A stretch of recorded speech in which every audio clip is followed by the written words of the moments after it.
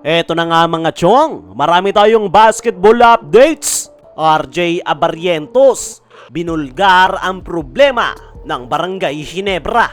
Troy Rosario, inaaya ba si Mikey Williams sa Barangay Ginebra? Sa nakalipas na laro ng Barangay Ginebra kontra TNT Tropang Giga, ay present nga itong si Mikey Williams sa loob ng game venue. Sa ngayon nga mga chong, ay gusto nang magbalik ni Mikey Williams sa PBA. At ang matunog nga na kumukuha sa kanya ay ang Converge Fiverr Xers, at may connection na nga si Mikey sa Converge dahil maglalaro nga ito ngayon sa Strong Group Athletics. Pero hanggat wala pa sa Converge itong si Mikey Williams, ay may pag-asa pa rin itong mapunta sa ibang kupunan, gaya na lang ng Barangay Ginebra.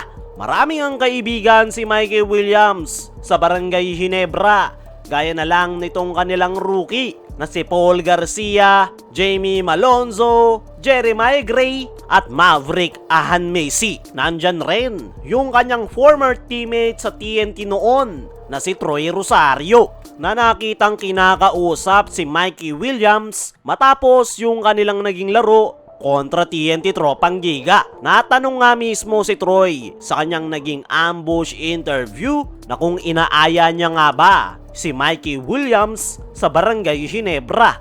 Ang sagot nitong si Troy Rosario ay bakit hindi? Isang araw itong mahusay na gwardya, at ang hindi nga raw alam ng karamihan ay isa raw napakabait na player ni Mikey Williams on and off the court. Kaya naman, kung may pagkakataon nga lang daw na maaya ni Troy Rosario si Mikey Williams sa Barangay Ginebra, ay bakit nga daw hindi? Once nga raw na mangyari yan, ay napakalaki ng maitutulong nito sa kanilang kupunan. Pero nakausap niya nga raw si Mikey na mayroong mga teams na interesadong kumuha sa kanyang serbisyo. Para sa akin mga chong, ay possible na mapunta ng Barangay Ginebra itong si Mikey Williams. Lalo na't gaya nga ng sabi natin kanina, marami itong kaibigan sa Barangay Ginebra. Kayang-kaya ring ibigay ng SMC yung gusto niyang kontrata. Pero gustuin man ng Barangay Ginebra na makuha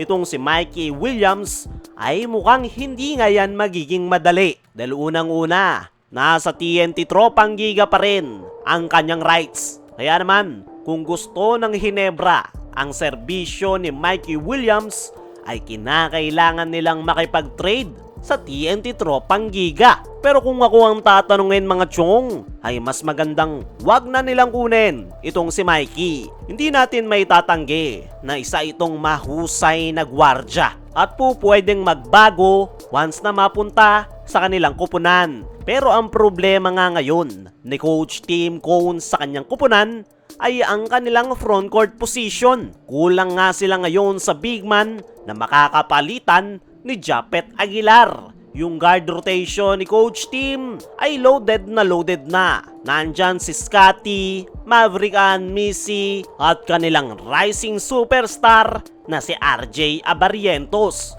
Kaya kung isisingit pa nila si Mikey Williams, ay magugulo lang yung kanilang guard rotation at mas madadagdagan yung kanilang problema. Kaya naman, mas magandang wag nang kunin ng Ginebra itong si Mikey Williams at hayaan na lang yung ibang kupunan na kumuha sa kanyang serbisyo, dahil ang kailangan talaga ngayon ni Coach Tim Cone ay isang big man na maasahan sa ilalim at makakapalitan ni Japet Aguilar sa loob ng painted area. Dumako naman tayo dito sa kabilang balita. RJ Abarrientos, binulgar ang problema ng Barangay Ginebra. Ito ang si RJ mga chong ay isang rookie, pero mabilis nga nitong na-determine kung ano yung kanilang naging problema sa kanilang pagkakatalo kontra TNT. Ayon nga mismo kay RJ Abarrientos, ay batid nga nila na maraming Barangay Ginebra fans ang hindi masaya sa naging resulta ng laro. Pero ang pinaka naging problema raw talaga nila ay wala raw silang sense of urgency at hindi nga raw nila alam kung bakit. Hindi nga raw nila may execute yung kanilang mga plays maging yung kanilang depensa ay walang nangyayari. Kaya para kay RJ Abarrientos ay ang lack of sense urgency yung pinakadahilan kung bakit sila natalo at tinake for granted nga raw nila ang TNT Tropang Giga. Pero kumpiyansa nga itong si RJ Abarrientos na magagawang makabounce back ng kanyang kupunan at kailangan nga raw nila yung gawin ngayong nalalapit na ang PBA Playoffs. Para sa akin mga chong, ay batang-bata pa itong si RJ Abarrientos pero para nga itong veterano dahil aware na nga siya kung ano yung nangyayari at problema ng kanilang kupunan na kinakailangan nilang gawan ng paraan. At yan nga yung maganda dito kay RJ Abarrientos dahil siya nga ngayon yung nagtitake ng lead para sa Barangay Ginebra na nawala sa kanila simula ng tamaan ng sakit si LA Tenorio. Para sa akin mga chong, ay tama yung mga sinabi ni RJ Abarrientos na wala silang sense of urgency. Pero isa pa nga sa napansin natin na problema ng kupunan ni Coach Team ay wala silang player na nagmamando ng kanilang kupunan na trabaho noon ni LA Tenorio.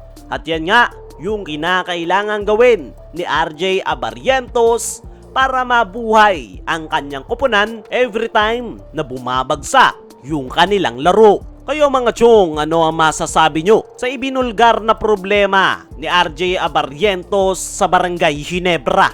Ano rin yung masasabi nyo ngayong hinihikayat ni Troy Rosario si Mikey Williams sa Ginebra? I-comment mo lang dyan sa ibaba.